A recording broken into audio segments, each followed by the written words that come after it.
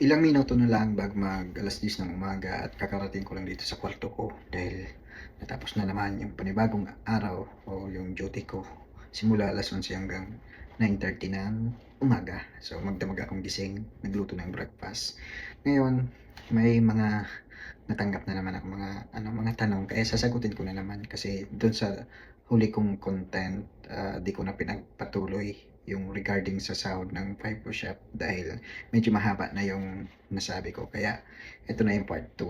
So magkano nga ba ang sahod ng 5 push-up dito sa mining? So parang sa ano lang yan, parang sa barko lang o kaya isang seaman ka, depende sa position, depende sa company. So same lang yan. So ang gagawin natin, iisa-isahin ko simula sa pinakababa hanggang sa pinakataas yung average ng sahod. Pero disclaimer lang, ito ay base lamang sa sarili kong nalalaman at base sa research ko. So kung hindi accurate or may mali man, comment lang kayo diyan. Pag-usapan natin 'yan. So simulan natin sa pinakamababa na position sa kusina, which is kitchen utility or the kitchen hand. Ang kitchen hand ay sumasahod ng 67,000 to 80,000 Australian dollars per year. So, kung i-convert mo siya sa peso, nasa 2.5 million to 3 million per year. Sunod naman, cook. Ang cook naman ay sumasahod ng 70,000 to 95,000 Australian dollars per year or 2.6 million pesos to 3.6 million per year. Sunod naman ang line chef. Ang line chef naman ay sumasahod ng 85,000 to 110,000 Australian dollars per year or 3.2 million to 4.1 million pesos per year. Sunod naman yung chef supervisor or yung parang CDPs kung baga sa restaurant or sa hotel.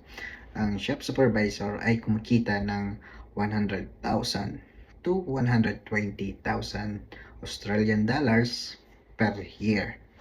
Kung sa peso naman ay nasa 3.8 million to 4.5 million pesos. Laki no? Sunod ang sous chef. Ang sous chef naman ay ang sahod niyan 100,000 to 125,000 Australian dollars per year or 3.5 million to ilan yan? 4.7 million. Sunod ang head chef. Ang head chef ay kumikita ng 110,000 to 140,000 Australian dollars per year or sa peso 4.1 million to 5.3 million pesos per year. Sunod naman yung executive chef. Ang executive chef naman ay kumikita ng 120,000 to 150,000 Australian dollars per year or 4.5 million to 5.7 million pesos. Kakalula, no? Laki.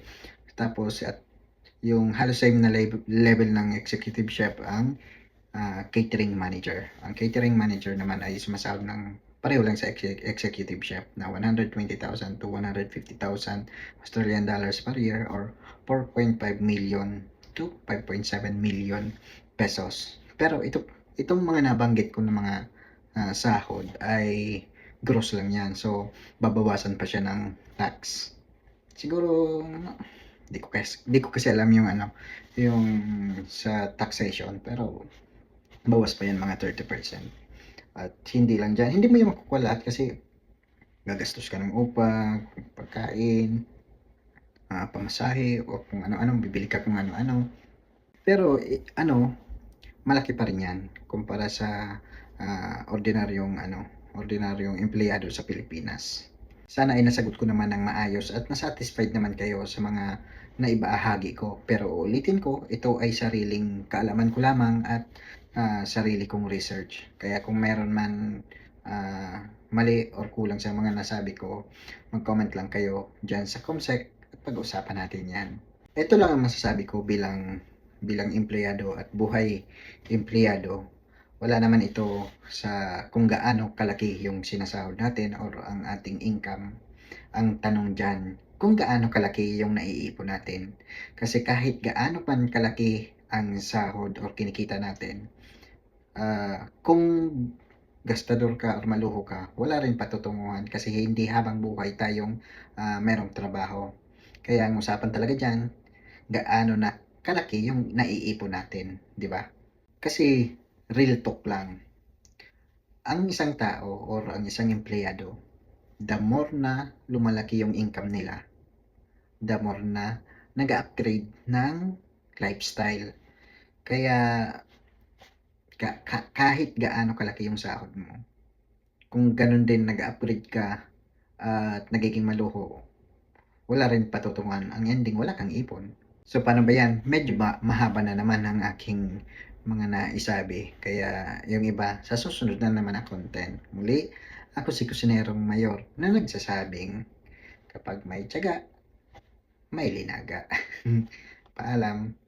Kusinerong Mayor ang kasama nyo sa biyaheng masaya. Sumama kayo, sumama ka sa biyahe. Dito masaya kay Kusinerong Mayor ay panalo ka.